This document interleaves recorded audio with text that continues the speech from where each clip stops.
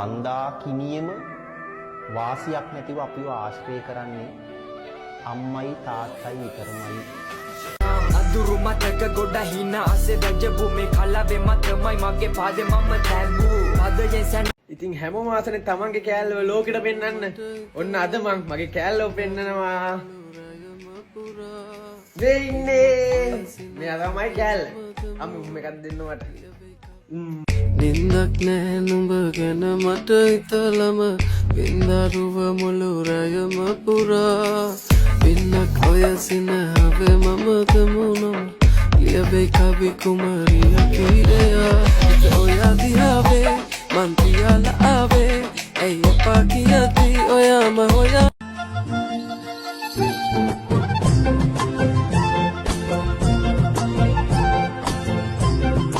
මං අහන්නේ නම් නෑරත්තරනේ